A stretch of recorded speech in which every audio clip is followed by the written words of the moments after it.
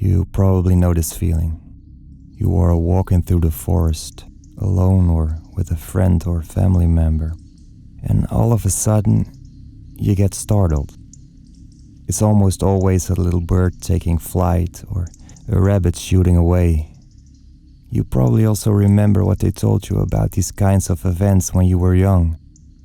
Don't worry, they are more afraid of you than you are of them. During this particular hike, though, I'm not sure if that was true. Welcome to the Book of Wednesday, a collection of original scary stories brought to you from the Strange Universe studio.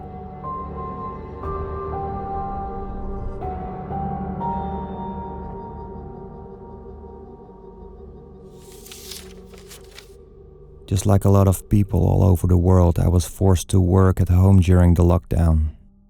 In the beginning, I actually thought this would be kind of relaxing. Getting up, eating breakfast, opening my laptop, and just start working. I didn't have to worry about traffic, being on time, dressing appropriately, stuff like that. Aside from the daily meetings that were scheduled at 10 o'clock, I had the freedom to plan my own day. During the first digital company meeting, my boss explained to us that we were not going to see our colleagues in person for a while, probably even a few months. Now, I am not a very outgoing person, I don't go to parties, and I don't have a lot of friends. On the rare occasion that I do go out, we mostly sit around and talk until late at night or play games. So not seeing anyone for a while was fine by me.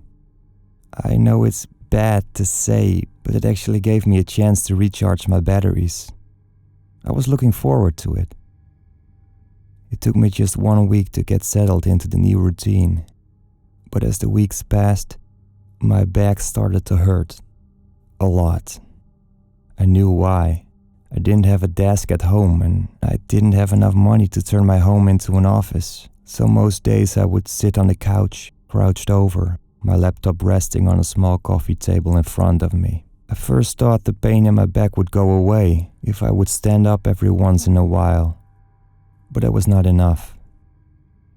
So I decided to start taking little walks every day during my lunch break. At this point, I had not left the house for a good number of days, and as I was tying my shoelaces, I noticed I got a bit nervous about going outside. It's nothing, I tried to convince myself. You are just going for a little walk. It doesn't have to be an hour. Something like 10 minutes will be fine. As I walked around the block day after day, I started getting more relaxed again. My back didn't hurt as much as before, and I felt more at peace with myself somehow. One day I got so busy working that I didn't have time to take a walk during my lunch break.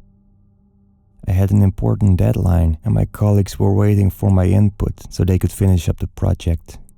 I felt nervous all day. At first I thought it was because of the deadline, but after finishing and sending my work I still felt it. It was like a restlessness in my bones. I don't have a better way to describe it. After I shut off my laptop for the day, I made vegetarian hamburgers for dinner, my favorite. I ate 2 of them sitting on my couch. After dinner, I noticed the unnerving feeling hadn't gone away. If anything, it had gotten a bit stronger. I just had to get out of the house. So, just before the 10 p.m. curfew, I went outside. It had been a sunny day. I could feel the warmth coming up from the ground and hanging in the air. It was nice. Since I wasn't on my typical lunch break walk, I had the chance to walk a little bit longer and get a little bit further than I usually did. My building is kind of close to the forest, and since I had the whole evening, I decided to walk there. Entering the forest, I was immediately greeted by the birds singing, the leaves from the trees rustling in the wind, and the last sun rays of the day shining down through the branches, creating a beautiful moving painting on the path in front of me. The layout of the forest was simple. There were these main roads for walking and cycling.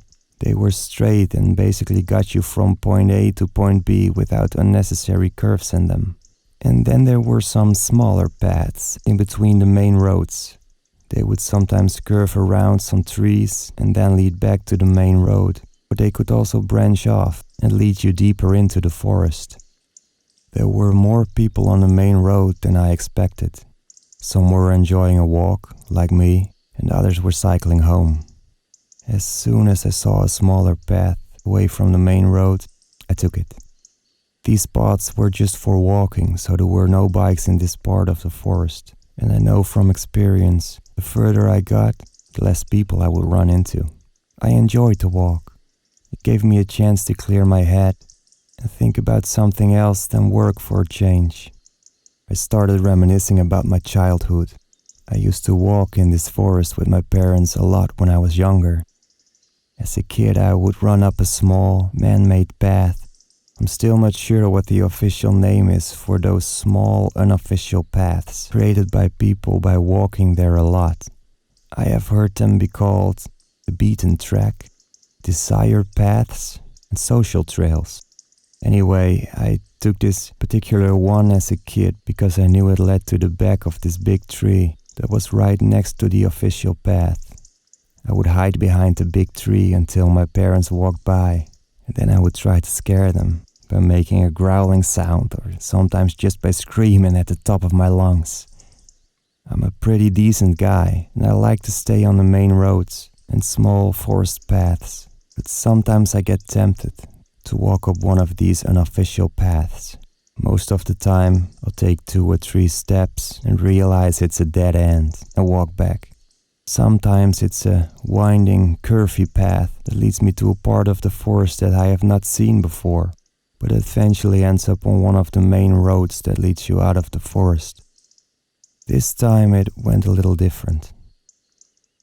The last sunlight of the day lit up a small path between 2 trees that stood very close to each other. It struck me as strange that people would try to walk between the 2 trees. Why not just go around it? As you can probably guess at this point, I was intrigued and decided to walk between the trees and follow the small path, abandoning the official route. At first I could clearly see the small path, leading me through a part of the forest that I had not seen before. But after a while, the path became unclear and eventually the path had just stopped. I looked around to see if I recognized anything. I didn't. When I looked behind me, I couldn't find the path that I had followed. There was nothing there. I looked around again, but nothing I saw looked familiar. I realized I was kind of lost. Now I don't freak out easily, but at the exact moment I realized I was lost, there was a bird taking flight just a little to the left of me. The leaves rustled on the ground. I got to admit, it startled me. I decided to just turn 180 degrees and walk back in the direction I thought I came from. After a few steps, I saw a fallen tree to the left of me. I tried to remember if I passed it before, but I honestly couldn't.